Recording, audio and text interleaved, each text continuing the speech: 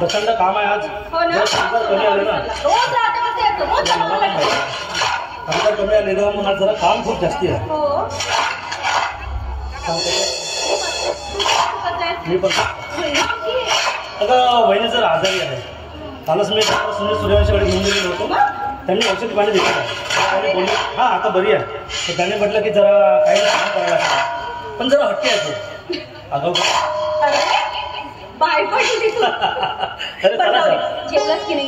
नाही जेवण आहे, तिकीटची वाट पाहत होता आम्ही. हां बरं, डब्यात काय आणले आहे? सरप्राईज. अच्छा, मला वाटते रोज बनते ते बेसन असेल. बरोबर, पण जास्ती बी आणले आहे ना? सत्ता तर लावायचं तुम्ही.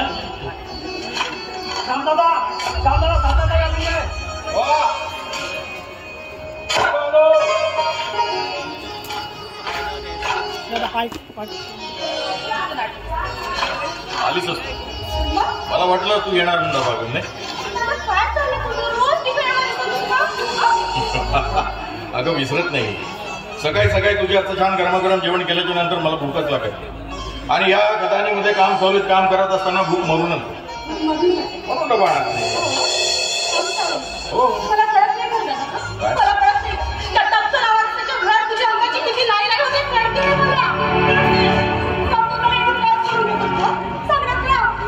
कधी सुट्टी असताना तुझा कामाला येतोस, कधी ओव्हर टाइम करतोस. काय चालू तुझं? अगं वेडाबाई, 2 पोटांसाठी म्हणून मी गाबड कष्ट करत. तर उद्याचं तुझं उज्ज्वल भविष्य चांगलं घडवण्यासाठी ते भविष्याची राख मी माझ्या अंगाला फासून घेतो. काळ्या कोळशाची राख अंगाला फासल्यास तुझे मी माझे स्वप्न साकार नाही होणार आहे दादा. तुला तू त्या काळ्या कोळशावर गेला असताना तुझे हृदय चिंता करत होते की मला नाही नको, मी नाही नको. अरे ते काय करत असताना तुला नवीन नवीन जखमा होतात, त्यातून ते वाहणार रक्त ते नाही नको. मला कसं मिळत नाही तुला? अगं एवढ्याशा जखमाने काय होणार साधना? कष्टानं माणूस काही मरत नाही. आणि खरं सांग, तुझं शिक्षण, तुझं लग्न, सगळ्या गोष्टी मला सारख्या घेऊचत असतात.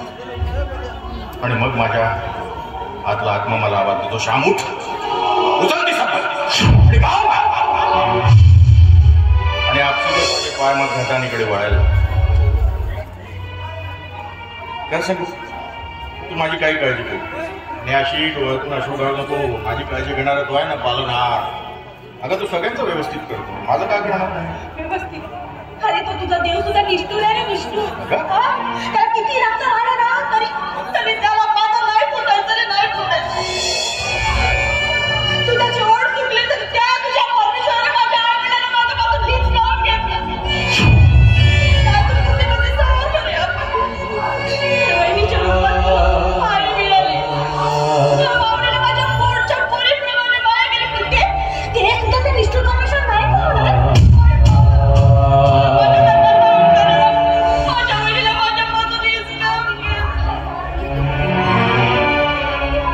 का काढले मी तुझ्या वहिनीची आठवण. तुझ्या वहिनीची आठवण जरी आली नाही तर माझं हृदय हिलावून जात. खूप साथ द्यायची किंवा माझ्या प्रत्येक दुःखात तिनं साथ दिली. नेहमी दुःखाच्या दिवसात देखील मला ती हसवत ठेवायची आणि नेहमी समजावायची, अहो घाबरू नका, दिवस सारखे राहत नाही, दिवस बदलत असतात. एक दिवस असा येईल ना की आपल्या घरामध्ये सुख कसं उभं राहील अंगणात. त्यावेळी सगळे दुःख आपलं नष्ट झालेले असेल, आपले चांगले दिवस आलेले असेल. आणि नंतर ना आपण आपल्या साधनाचं लग्न करू थाटामाटात. मला म्हणायचे मी तुमच्या सोबतीने कन्यादान करेल माझ्या साधनाचं. आणि साधनाच्या लग्नामध्ये मी हिरव्या रंगाचा शालू घेईल तुमच्याकडून. साधना, मी जमा केलेल्या दररोजच्या 100 रुपयातून 10 रुपये स्वतः जवळ जमा करायचे तुझ्यासाठी, तुझ्या शिक्षणासाठी, तुझ्या लग्नासाठी. आणि अशातच एक दिवस कळलं की तुझ्या वहिनीला गर्भाशयाचा कॅन्सर झाला.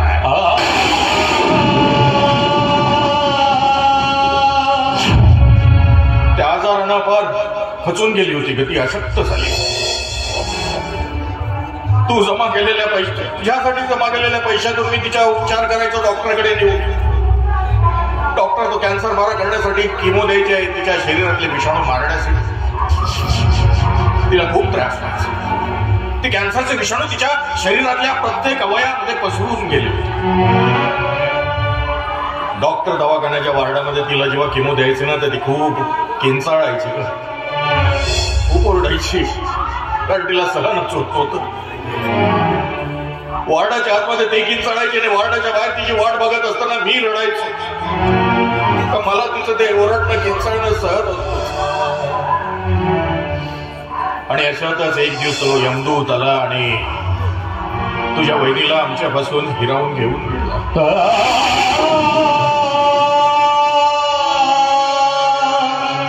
कारण तो यमदूत देखील किती निष्ठुर असतो, कोणाचं सुख त्याला पाहत नाही आणि चांगली माणसं या जगात ठेवतच नाही, लगेच उचलून देते. तुला माहित आहे साधना, तुझं पालन पोषण चांगलं व्हावं, तुझं शिक्षण चांगलं व्हावं, तुझं लग्न व्यवस्थितून आपल्या सासरी जावं म्हणून तुझ्या बहिणीनं आपल्या बाळाला देखील कधी जन्माला घातलं नव्हतं. माझ्यासाठी, माझ्या बहिणीच्या सुखासाठी म्हणून तिने एवढा मोठा त्याग केला होता. पण परमेश्वराला तिच्याची बुद्धी आली नाही, त्यांनी बोलून दिला, मला सोडून गेलं एकटा इथेच.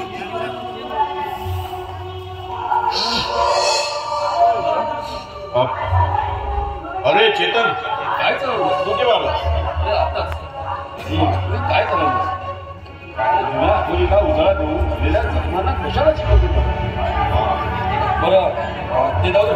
अरे माझी पती झाली आहे, ही आपल्या चालू काय सांगतो? हो ना. अरे म्हणून आल्याबरोबर ड्युटीवर रुजू न होता सर्वप्रथम तुला भेटायला मी तुमच्या घरी गेलो आणि बघतो का तिच्या घराला कुलूप लावलेलं.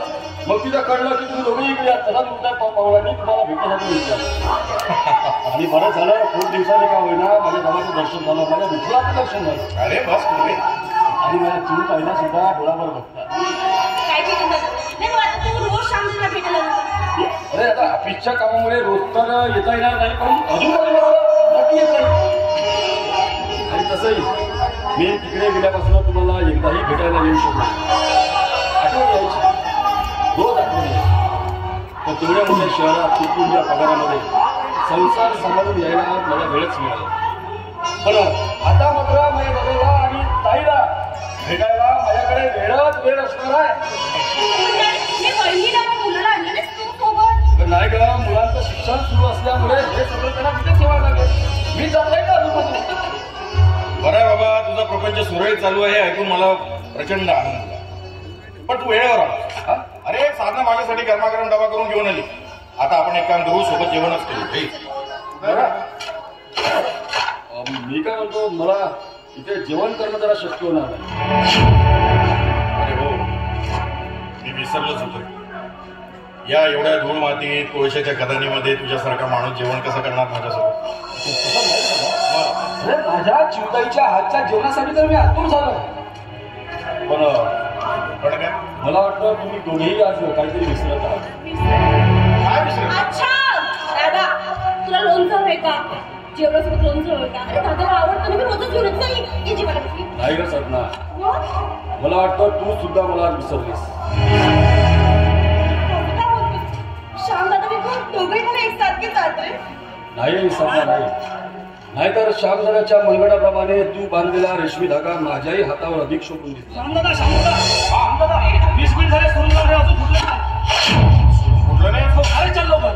बरं चेतन, तुम्ही जरा गप्पा मारा, मी 5 मिनिटं करतो. चला लवकर या. हो. तुला काळजी कशी? काय झालं तुझं? काय झालं? ती राखी कसं सुटतो? आणि ती राखी मागच्या वर्षीची आहे. तुला माहित आहे, दादा ती राखी अगदी जीवापेक्षा जास्त जपतो. आणि तसे आज एकदा मंगल प्रसंगी आला.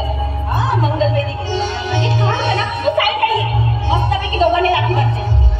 वेळाबाई, माझ्याकडे सायंकाळपर्यंत थांबायला वेळ नाही आहे. अरे अगं, मी अजून ऑफिसात रुजू व्हायचंय. मी ऑफिसात जाणार, ऑफिसातली कामे करणार, परत गावाकडे जायचंय, सामान आणायचंय, सामान रूममध्ये शिफ्ट करायचंय, साफसफाई करायची, खूप सारी कामे. हो हो हो हो, सगळं आहे मला माहिती आहे. पण आज राखी आहे म्हटलं. हा दादा, मस्तपैकी बेत केला मी स्वयंपाकाचा. या सायंकाळी सांगू सरप्राईज कसं राहणार बरं? हे बघ, तू रात्री राखी बांधायला प्लीज. हे बघ बेटा, मला समजून घे, माझ्याकडे वेळच नाही. आणि हे अरे मी राखी बांधून घेण्यासाठी फार आतुर झालो. अरे बघ, हे बघ मी राखी आणले